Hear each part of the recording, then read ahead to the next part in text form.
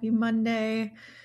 Are you looking for investors? Today, we're going to talk a little bit about pitch decks here on Monday Mondays at the Business of Apparel. I've got a couple notes here for myself because I didn't want to fuck it up for you. I didn't want to forget anything. So I am going to go through the top 3 things that I want you to be thinking about if you are going to search for investors. Now, we've worked with quite a few clients in our past who get to a point where they need to start looking for investors. They need to start looking for equity partners. They need to start looking for people to come in and give them some money so that this train can start moving forward. And the best way, I think, to use loan money or to use investor money is to put fuel on a fire that's already blazing, right? Or at least that's already kind of got the embers going. And I've been given kind of this advice as I've been going through my business too. So just so you know, I am 100% completely bootstrapped here at the Business of Apparel and Unmarked Street. And when I say that, I mean, I took a $15,000 bonus that I got from my corporate company before I left and put it into a business account and started my company with that. We have not since borrowed a single dollar from anybody, gotten any investors, gotten any equity partners. It's all been me. It's all been based on work that we've done. It's all been based on revenue generating the way that we can then spend money on what we need to spend on and hire a team and bring people in and, put ads into the world and all of that stuff. So that $15,000 that I used to start my company has turned into what you now see today. But there is potentially going to come a point where I also need to think about getting funding and thinking about possibly looking for investors or people to come in who can add fuel on the fire. And the way that I always look at it, right, is like once you have something that's working, once you have something that has proof, we have a customer who's coming to us over and over again. We have a product line that has good margins. We have proof of concept, right? Like we know that we're going to be able to keep moving forward in this direction. It's just going to get bigger and better from here. So now how do we add fuel on that fire with some cash? How do we get more ads out into the world? Or how do we spend a little bit more on not just ads in one place, but ads in 3 or 4 different places? So now we're kind of diversifying where you might see ads from us. How do we start adding more inventory quickly to our plan? How do we bring in more inventory into our warehouse?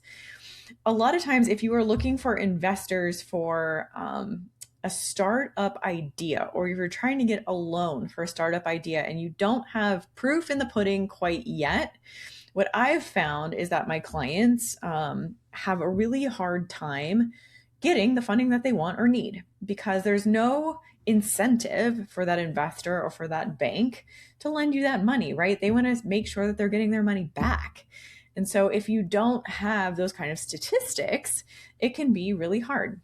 Now, I recently was asked by somebody if I would come in as an equity partner at their company. They wanted to hire me and my team at Unmarked Street to come in and do product development.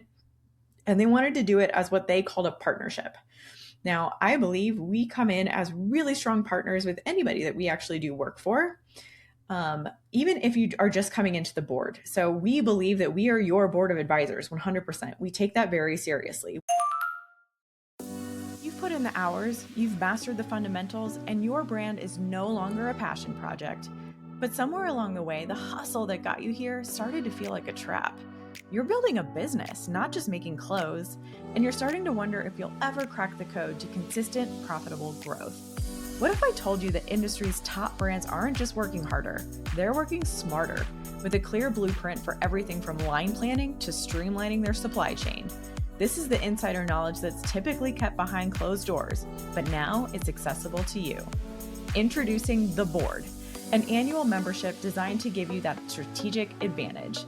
Led by a team with over 70 years of combined experience, we provide the honest, real talk mentorship you need to move from busy to truly successful. We'll show you how to focus on the small, consistent actions that lead to massive progress, helping you build a legacy without the burnout. It's time to stop second-guessing yourself and start building with purpose. Don't pay attention to the chaos. Pay attention to what actually matters.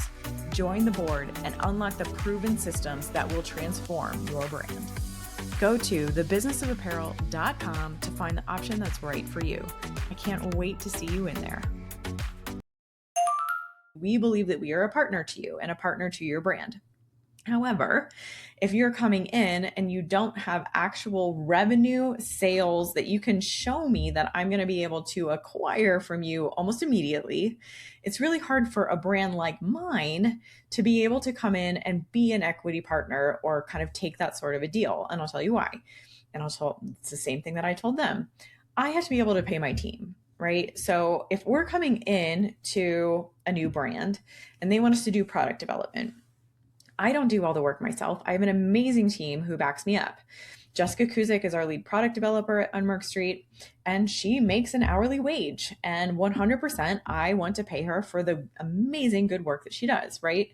And so if you can't actually be giving me a dividend or an equity share or some sort of payout at the end of every month so that I can then pay Jessica and I can then pay my team to take a little bit of work off my plate so that I can do a little bit of extra work for you, then for me, it doesn't work. Now, if people have a lot of money sitting around and they typically invest or they have a way to kind of hedge that bet, right? They don't need you to pay them right away, but they can pay you now and you can pay them back down the line. I don't know if I said that right, but I hope you know what I mean.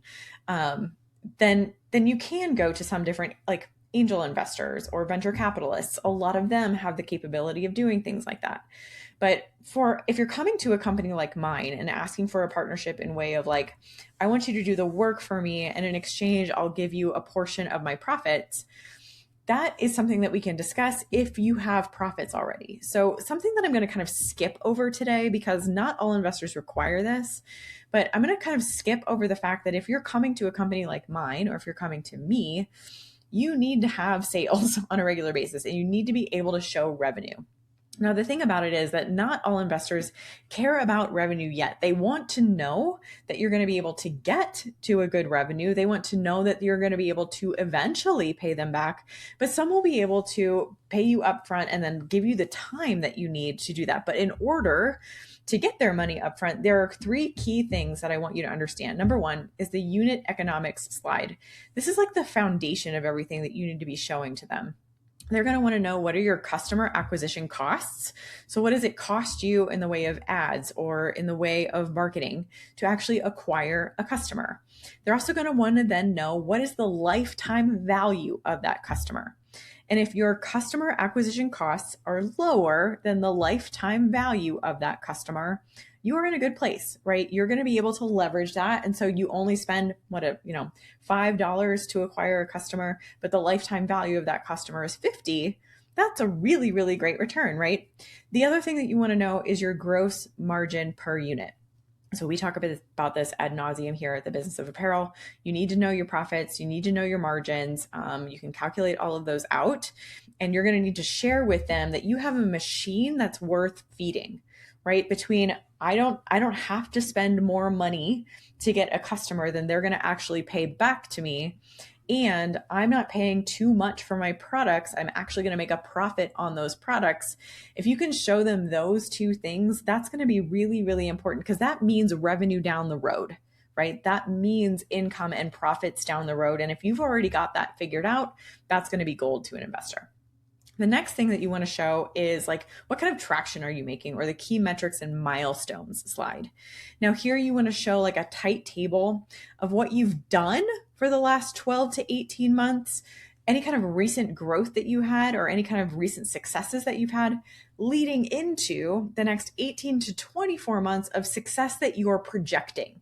So based on what we've done over the last year and a half, this is how I expect the next 1.5 to 2 years to go.